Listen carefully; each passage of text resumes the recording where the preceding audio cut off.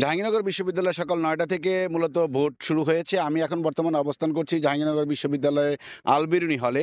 আলবেরুনি হলে এ পর্যন্ত ১ ঘন্টায় ভোট পড়েছে মোট ১০টি। তবে আমরা এখন দেখতে পাচ্ছি যে শিক্ষার্থীদের সারি আস্তে, আস্তে বৃদ্ধি পাচ্ছে। একটু জানিয়ে রাখতে চাই জাহাঙ্গীরনগর বিশ্ববিদ্যালয়ে মোট ৬০টি প্যানেলে অংশগ্রহণ করছে ১৭৮ জন প্রার্থী। এদের মধ্যে বিভিন্ন প্যানেল থেকে নির্বাচন করছে ৯ জন ভিপি প্রার্থী হিসেবে নির্বাচন করছে এবং ৯ জন জিএস প্রার্থী হিসেবে নির্বাচন করছে। এই হলো নির্বাচনী প্রার্থীদের পরিসংখ্যান। ১৭৮ জন নির্বাচিত হবেন ২৫টি পদের বিপরীতে। এছাড়াও এই জাহাঙ্গীরনগর বিশ্ববিদ্যালয়ে এই ১০ম সংসদ এবং কেন্দ্রীয় সংসদ নির্বাচনে মোট ভোটার সংখ্যা হচ্ছে ১১,৭৪৭ জন। নারী হলে ১০টিতে ভোটার সংখ্যা হচ্ছে ৫,৭২৯ জন এবং ছাত্র হলে ১১টি হলে মোট ভোটার সংখ্যা হচ্ছে ৬,০১৮ জন।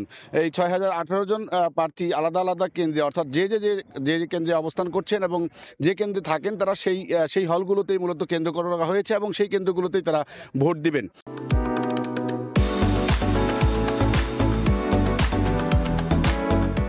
প্রত্যেকের হলেই কেন্দ্রের ব্যবস্থা রয়েছে যে ক্ষেত্রে ২১টি কেন্দ্র রয়েছে। ২১টি কেন্দ্রে ভোট প্রদান করা হবে এবং ২১টি কেন্দ্রে তারা যার হলে ভোট প্রদান করবেন বলে আমরা জানতে পেরেছি। জানিয়ে রাখতে চাই জাহাঙ্গীরনগর বিশ্ববিদ্যালয়ে এছাড়াও হল সংসদ নির্বাচন রয়েছে। হল সংসদ নির্বাচনে ইতিমধ্যেই ১০২ জন প্রার্থী এর প্রতিদ্বন্দ্বিতা না থাকার কারণে তাদের প্রতিদ্বন্দ্বিতা নেই এবং জানিয়ে রাখতে চাই যে ২৫টি পদের বিপরীতে ৩টি ব্যালট পেপার ছাপা হয়েছে। ৩টি ব্যালট পেপারে কেন্দ্রীয় হল সংসদ নির্বাচন দিবেন। একই সাথে কিন্তু আপনার যে যে হলে প্রার্থী নেই শেষের প্রার্থীদের ভোট হচ্ছে না এবং বাকি প্রার্থীদের জন্য ভোট প্রদান করছেন হলগুলোতে। তো জাহাঙ্গীরনগর বিশ্ববিদ্যালয় সকাল থেকে আমরা দেখেছি আইনশৃঙ্খলা পরিস্থিতির জন্য ১৮০০ আইনশৃঙ্খলা বাহিনীর সদস্য নিয়োগ করা হয়েছে। ইতিমধ্যে রয়েছে বিশেষ টিমে রয়েছে